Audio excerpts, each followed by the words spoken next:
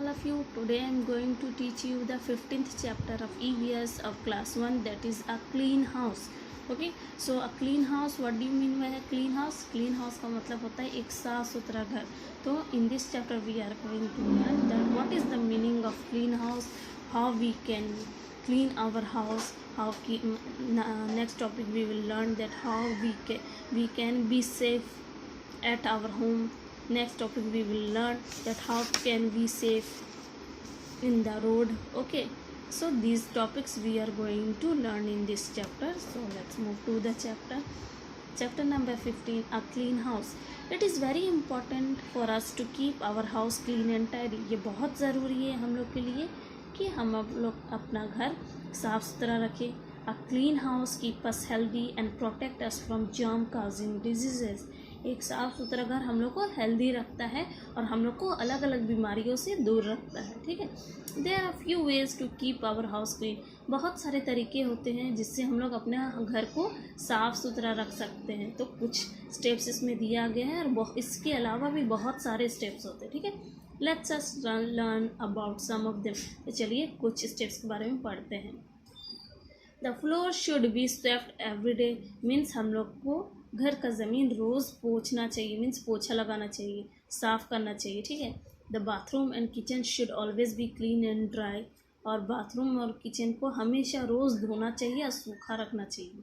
Phenyl should be use to keep away insect like flies and cockroaches.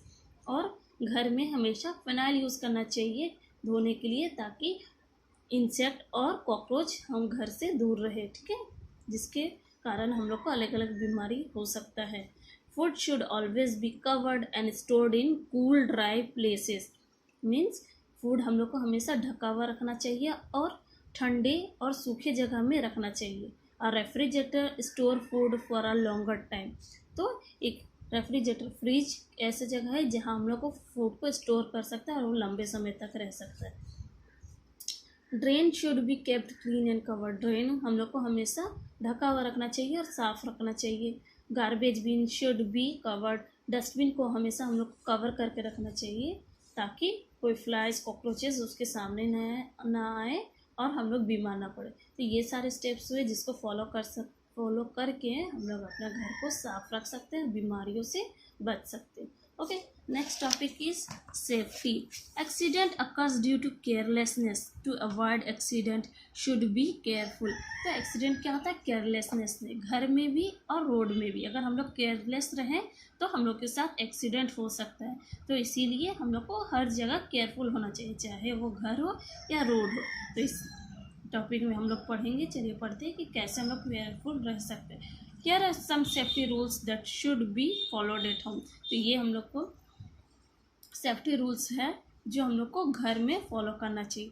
We should not touch medicine, play with match box, electric switches, scissor and knifes. तो घर में जब हम लोग होते हैं तो हम लोग को मेडिसिन मीन्स दवा को नहीं छूना चाहिए, मैच बॉक्स से नहीं खेलना चाहिए, इलेक्ट्रिक स्विच को नहीं टच करना चाहिए, कैंची, नाइफ मीन्स चाकू, ये सब से नहीं खेलना चाहिए. ये सब बहुत डेंजरस होता है. ये सब से हम लोग के साथ एक्सीडेंट हो सकता है. मीन्स हम लोग कट सकते हैं, इलेक्ट्रिक करंट लग सकता है या मैच बॉक्स से हम लोग को आग लग सकता है. मेडिसिन अगर टच किए तो अगर इसको खा लेते हैं तो हम लोग को इससे बहुत सारे प्रॉब्लम हो सकते हैं. तो ये सब चीज़ से हम लोग को खेलना नहीं चाहिए. ठीक है. We should not go near the gas stove in the kitchen. Kitchen में हम लोग को गैस स्टोव के सामने नहीं जाना चाहिए. We should play only indoor game inside the house.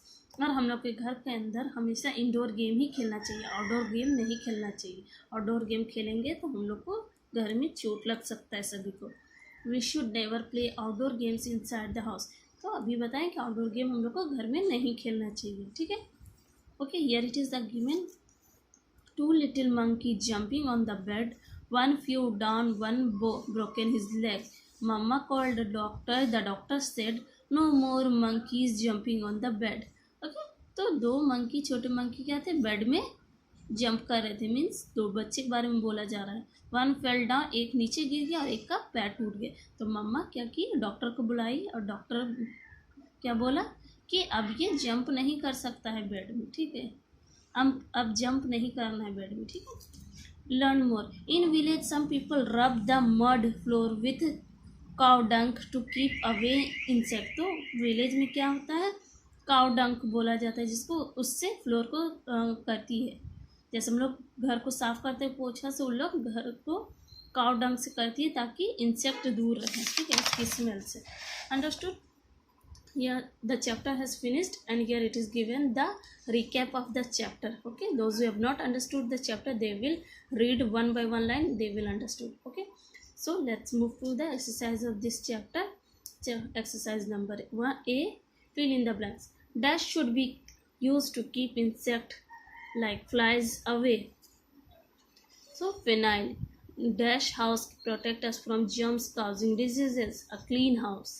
We should play dash games inside the house. Indoor games, we should be dash to avoid accident. Careful. Next, true false. House protect us from germs causing diseases. It is true. Garbage bin should never be covered. It is false. Accident occurred due to our carelessness. True. We should play indoor games inside the house. Okay, it is also true. Next exercise, it is given. Tick the things that are safe and safe to touch and cross one that are not. Means टिक करना है जो हमारे लिए safe है और cross करना है जो हमारे लिए डेंजरस है। तो eraser is safe, tick, knife is dangerous, duck, toy duck is safe, switch is dangerous, match stick is dangerous, and scissor is also dangerous. Now activity time. Name the games you can play indoor and outdoor. Okay, indoor games are carom, ludo, chess, and outdoor games are tennis, football, cricket. Understood? Here the exercise has completed. This much is given in this chapter. So all of you will learn all the exercise of this chapter and read the chapter nicely so you can improve your reading skill also. Okay, so thank you all of you.